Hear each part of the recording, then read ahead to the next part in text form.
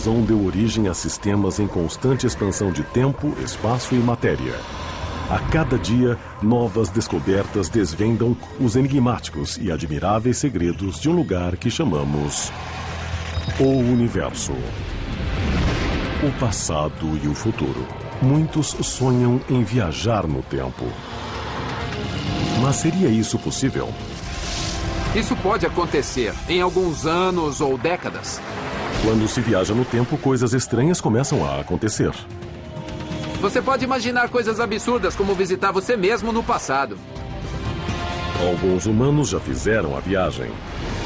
Você pode viajar para o futuro sem envelhecer quase nada. Isso é muito legal.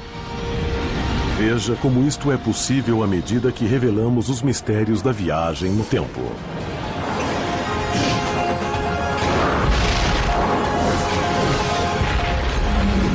O Universo. Viagem no tempo. De todos os enigmas do universo, a viagem no tempo pode ser o mais complicado. O tempo em si nos fascina muito. Sempre pensamos em maneiras de enganar o tempo, voltar ao passado e mudar as coisas. A viagem no tempo envolve voltar ao passado ou avançar para o futuro. Mas, no momento, cada um de nós está congelado no presente.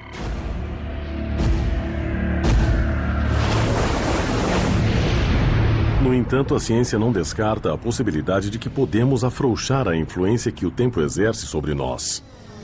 A teoria da relatividade de Einstein, na qual o tempo desempenha o papel principal, deixa a questão da viagem temporal em aberto. Nossa melhor teoria do tempo, que é a relatividade, não proíbe explicitamente a viagem temporal. Pode ser que existam coisas que ainda não compreendemos que aprimorarão a teoria. Mas parece que há maneiras de construir cenários dentro da relatividade que nos permitirão voltar ao passado. Viajar ao passado parece improvável, pois o tempo só caminha em uma direção, para frente. Os físicos chamam isso de flecha do tempo. A flecha do tempo representa o fato de que só podemos nos mover do passado para o futuro. Podemos nos lembrar do passado, não do futuro. Podemos organizar coisas para acontecer no futuro, mas não podemos alterar o passado. Se pegarmos uma coisa rotineira na vida, como misturar o leite ao café, e então você faz o movimento contrário. É claro que o leite continua se misturando ao café e ele não se separa. Isso é a flecha do tempo. A flecha faz do tempo uma via única de eventos irreversíveis, algo que conhecemos intuitivamente pelas nossas experiências diárias. Em uma mesa de bilhar, você pode iniciar o jogo, mas não espere que as bolas se realinhem sozinhas. Você pode quebrar um ovo, mas jamais fazê-lo voltar à sua condição original. A razão pela qual o tempo tem uma flecha é uma lei fundamental de física que diz que todas as coisas no universo se movem de estados ordenados para estados desordenados. À medida que o universo envelhece, ao nos movermos do passado para o futuro, todas as diferenças entre o passado e o futuro podem ser resumidas ao dizer que o universo está se extinguindo. O universo está passando de uma condição ordenada para uma desordenada, de algo arrumado para a confusão. Se pegarmos um prato que está intacto e em ordem e quebrá-lo, ele ficará em desordem, e isso é natural. E se tentarmos restabelecer a ordem colando os cacos, nossas ações produzirão energia suficiente no ambiente para criar mais desordem no universo como um todo.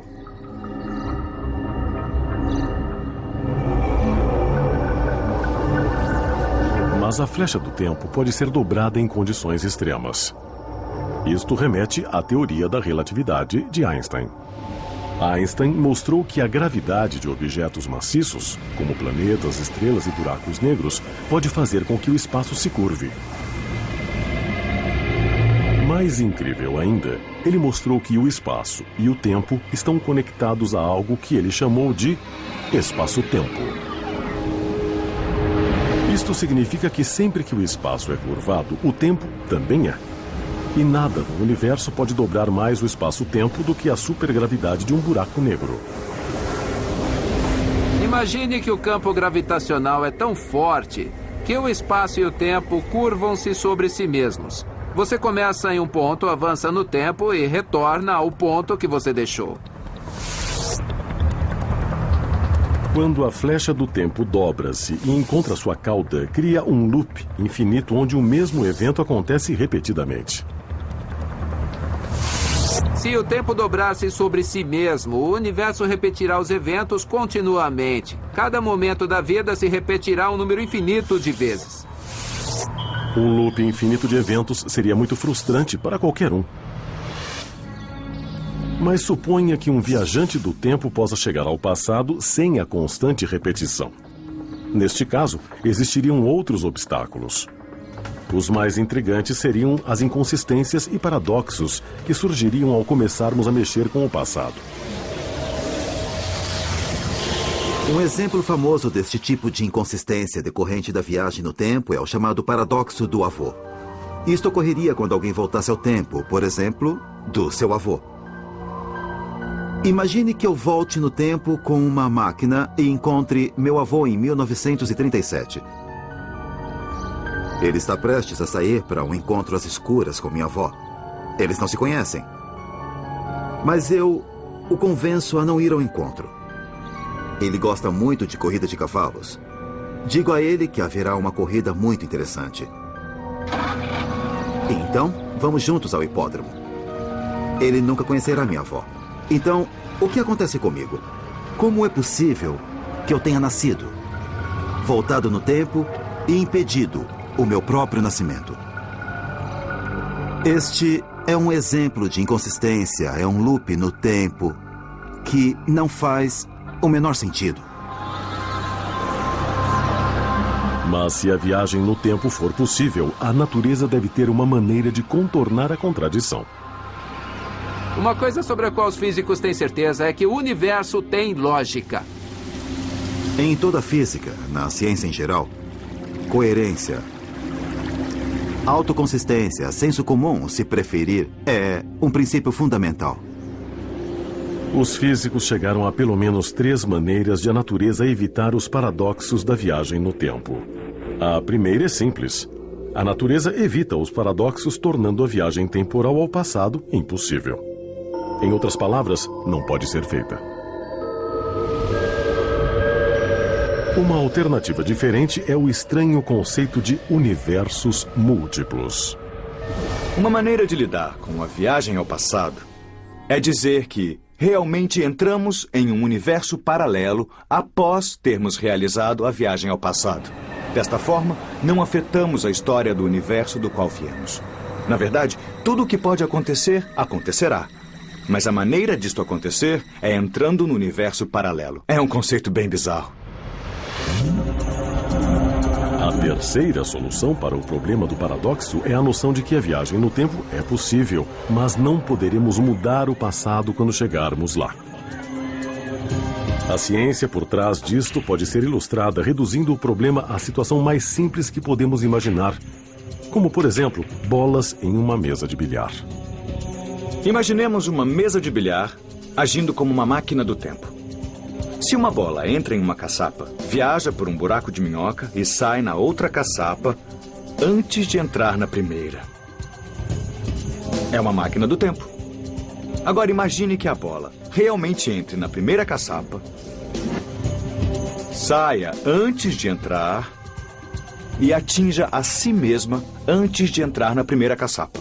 Isto iria desviá-la, impedindo-a de entrar na primeira caçapa, logo impedindo-a de sair pela segunda caçapa e de realizar o desvio. Então, isto é um paradoxo.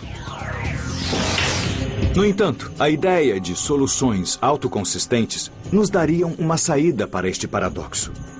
Suponha que a bola, saindo da segunda caçapa, só possa atingir a si mesma de uma maneira que a empurre para a primeira caçapa. Então, o loop é autoconsistente. Não há paradoxo. Nós acreditamos que a natureza sempre encontra uma solução para conseguir a autoconsistência. Em outras palavras, sempre há uma solução para não produzir o paradoxo.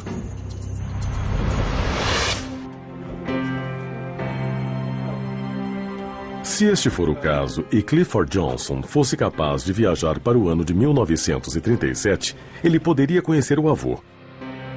Mas apesar dos esforços, nada do que ele fizesse mudaria o fato de que seu avô conheceria sua avó para permitir que Clifford nascesse. Tudo bem. De uma forma ou de outra, o universo o impediria de alterar a história. Mas não temos de nos preocupar com paradoxos quando viajamos para frente, seguindo a flecha do tempo para o futuro. Viajar para o futuro é a coisa mais simples no mundo. A cada minuto avançamos no tempo. Uma coisa que podemos fazer para mudar a maneira como avançamos no tempo em relação uns aos outros é nos mover em velocidades diferentes comparados uns aos outros. Uma máquina do tempo que leva ao futuro tem base na descoberta de Einstein sobre o tempo e a velocidade. Quanto mais rápido nos movemos no espaço, o tempo, para nós, passa mais devagar se comparado ao das pessoas paradas. Por mais alucinante que isto pareça, está provado por experimentos.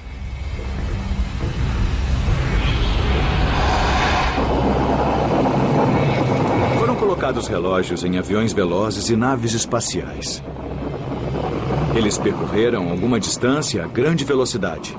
Quando os relógios atômicos foram medidos no fim da jornada, haviam avançado no tempo um pouquinho menos do que relógios similares que haviam ficado em terra firme. O efeito é chamado de dilatação do tempo e podemos usá-lo para viajar para o futuro. Na verdade, isso já foi feito. O cosmonauta russo Sergei Krikalev passou mais de 803 dias em órbita viajando a 27 mil quilômetros por hora, fazendo dele o recordista mundial em viagens no tempo, embora não pareça. O que aconteceu foi que o tempo passou 1/50 de segundo mais lento para ele comparado a todos os que ficaram na Terra. Mas a teoria da dilatação realmente começa a funcionar como máquina do tempo quando aceleramos para perto da velocidade da luz. A ideia é deixar relógios na Terra movendo-se à velocidade normal, enquanto estamos no espaço e nosso relógio se movendo mais devagar. Quando retornarmos, estaremos no futuro. Vamos supor que queiramos avançar 500 anos no futuro. Para avançar 500 anos no futuro, precisaríamos nos mover a 99,99% da velocidade da luz por 7 anos. Ao retornarmos, teremos envelhecido apenas 7 anos, mas 500 anos terão se passado na Terra. Mas um dos maiores problemas em construir uma máquina do tempo para viajar ao futuro é encontrar combustível suficiente para impulsionar a nave a velocidades tão altas. Não há lei na física que diga que não podemos chegar próximo à velocidade da luz, mas a nave espacial ficaria cada vez mais pesada à medida que chegássemos à velocidade da luz. Então seria necessário cada vez mais combustível para acelerarmos em quantidades cada vez menores. Precisaríamos de uma quantidade infinita de energia para quebrar a barreira da velocidade da luz. Mas a alta velocidade não é a única forma de viajar para o futuro. A teoria da relatividade de Einstein diz que a alta gravidade também atrasa o relógio do tempo. É o tipo de gravidade que se encontra próximo a buracos negros. Vamos imaginar que estamos em uma nave espacial e que estacionamos próximo a um buraco negro por um tempo. Quando retornarmos à Terra, perceberemos que muitos anos terão se passado. Mas apenas semanas ou meses terão decorrido na nossa referência. Teremos saltado para o futuro, envelhecendo muito pouco. É muito legal. Mas passar anos à velocidade da luz ou próximo a um buraco negro é um tipo lento de viagem no tempo. Para viajantes mais impacientes, pode haver uma viagem instantânea por meio de um atalho através do espaço, chamado de buraco de minhoca, que também poderia se tornar um corredor do tempo.